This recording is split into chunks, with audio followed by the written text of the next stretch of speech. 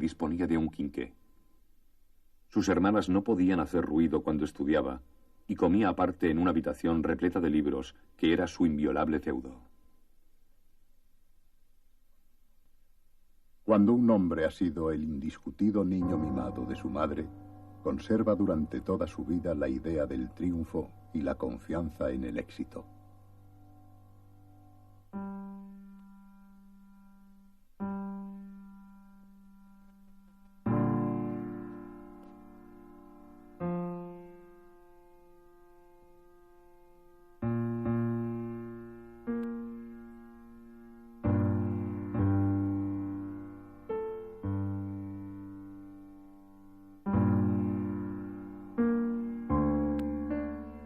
Freud sabía que era un elegido.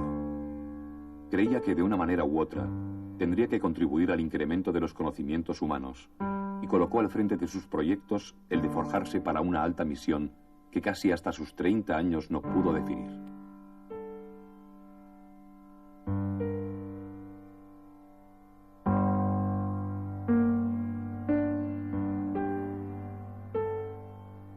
En aquellos tiempos la docencia era la meta suprema a que podía aspirar un médico joven y proporcionaba clientela, seguridad económica y prestigio. Es por eso que algunos profesores apoyaron a Freud para un cargo docente en neuropatología.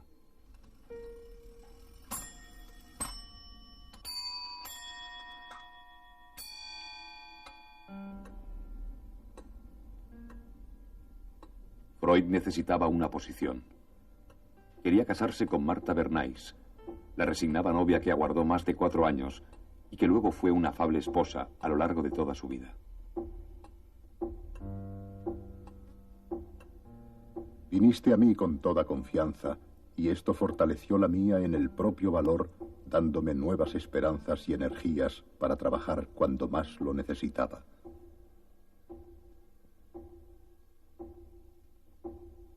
He hecho cosas que la gente juiciosa debe considerar descabelladas, como emprender el camino de la ciencia siendo un hombre pobre y conquistar tu corazón siendo un hombre sin recursos. Este será mi estilo de vida: arriesgar mucho y abrigar muchas esperanzas.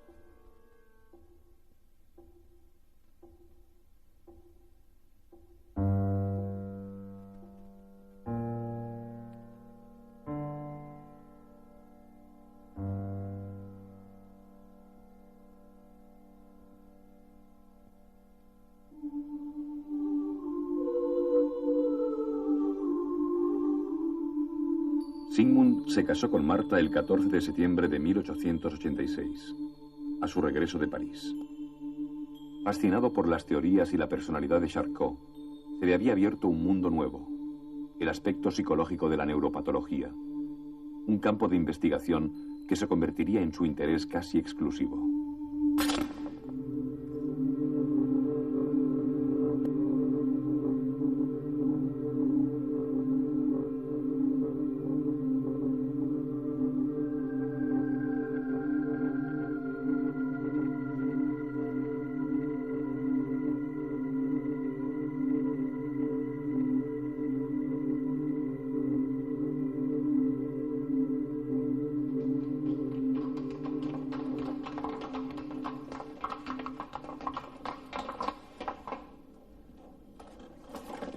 A su consultorio acudían, sobre todo, enfermos nerviosos, y como no obtenía resultados satisfactorios con los métodos terapéuticos aceptados, decidió practicar la hipnosis.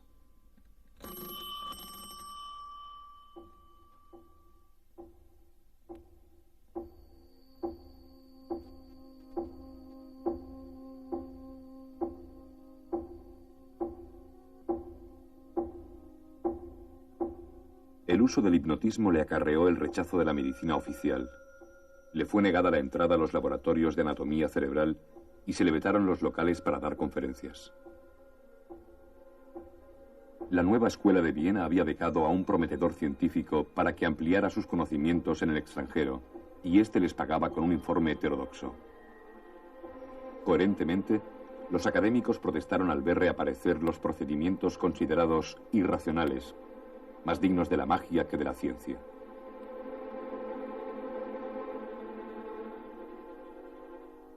Freud, yo diría que desde siempre y de una forma creciente, se sintió llamado a ser, digamos, un gran hombre. Un gran hombre concretamente en el mundo de la ciencia, y de una ciencia tal como él la concebía y tal como él la había recibido, es decir, concebida de forma positivista. Cuando Freud entró en el mundo del psiquismo, quiso mantener esta actitud metodológica positivista estricta para, digamos, alcanzar su cenit dentro del ámbito estrictamente positivista. El problema fue que Freud notaba que el terreno en que entraba, el terreno de lo irracional, de lo inconsciente, del psiquismo tal como lo concebía, resultaba terriblemente complicado para poder ser, digamos, categorizado dentro de los cánones del método positivista. Yo creo que gran parte de la vida de Freud es una lucha para conseguir el mantenimiento de la fidelidad a estos principios y, por otra parte, el estudio profundo y radical de este inconsciente. Seguramente es una lucha que mantuvo toda su vida y que no consiguió liquidar de forma definitiva.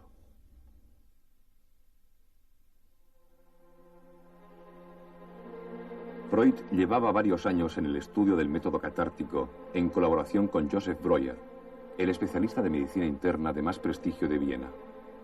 Juntos publicaron el resultado de estos ensayos terapéuticos.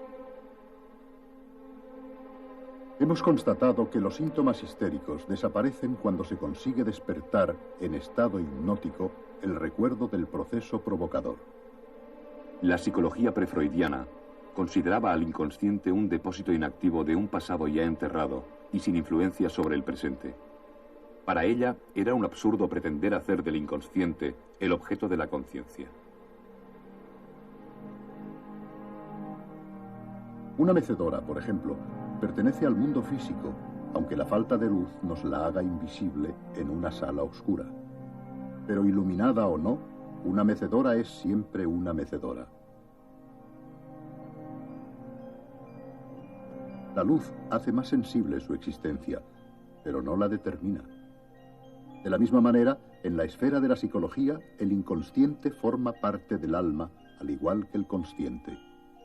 Incluso en las tinieblas, mediante un método, a tientas, es posible esclarecer y delimitar una realidad oculta. Freud, con el psicoanálisis, afirmaba con rotundidad que el inconsciente era el lugar donde el hombre desterraba los recuerdos que deseaba ignorar por penosos o peligrosos, en virtud de las costumbres o de la moral imperante. En muchos casos, estas memorias proscritas afloraban convertidas en estigmas neuróticos, en sueños y actos fallidos. A este proceso le di el nombre de represión. Se trataba de un mecanismo primario de defensa comparable a una tentativa de fuga. En las personas neuróticas, el conflicto anímico no tiene un desenlace normal. Se cierra el acceso a la conciencia y a la descarga de energía. Freud no tan solo transformó el concepto filosófico de inconsciente, presente ya en el siglo XIX, en un concepto operativo, clínico, sino que lo integró en el marco de la teoría psicoanalítica.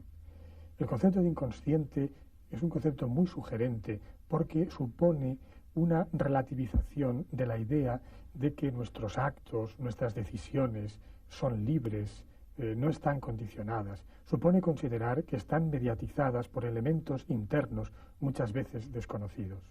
El concepto de inconsciente sigue siendo hoy en día central en psicoanálisis. Habría de señalarse que, dado que Freud no se psicoanalizó con otra persona, sino que se autoanalizó, quizás él puso más el énfasis en el conocimiento un tanto intelectual de los contenidos simbólicos del inconsciente y, aunque lo señaló, no recalcó tanto la idea de que el análisis es ante todo una reconstrucción del inconsciente.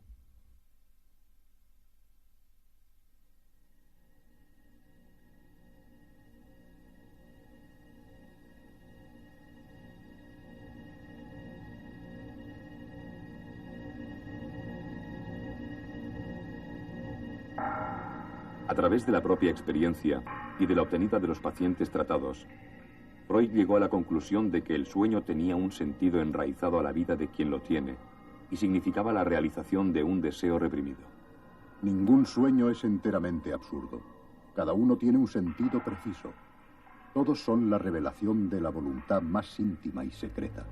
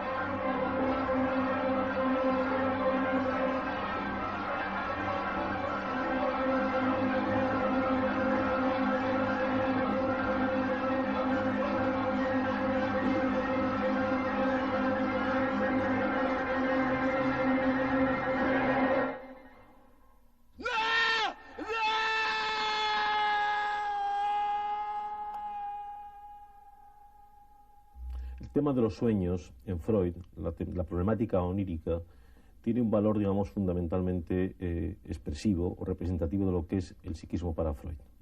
En cuanto a la estructura y a las funciones del sueño, el sueño representa de forma emblemática lo que es para él todo el psiquismo, todo el comportamiento.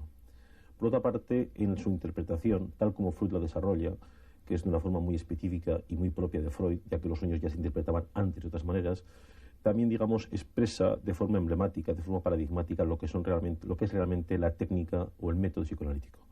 Un método que consiste fundamentalmente en la asociación por parte del paciente de forma libre de cualquier cosa que se le ocurra. En segundo lugar, por una parte, digamos, de interpretación en las cuales juega un papel importante desde la teoría psicoanalítica el propio terapeuta, pero que ha de ser asumida por el propio paciente, y finalmente una interpretación y una asociación que acontece siempre en presencia del otro, el terapeuta. Esta presencia del otro es decisiva justamente en el método psicoanalítico.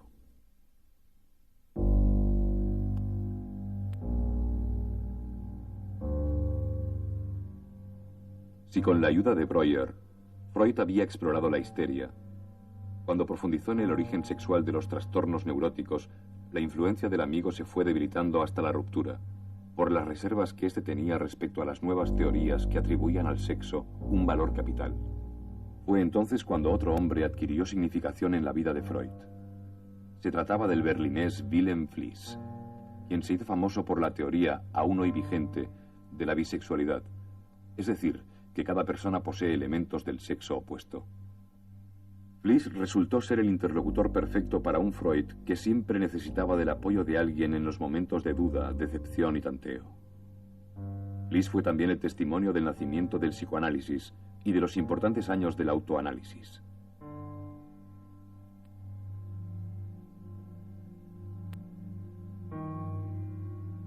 La dependencia manifiestamente neurótica de Freud respecto a Fliess hizo que se planteara las razones profundas de la dualidad de sentimientos experimentada con motivo de la muerte de su padre.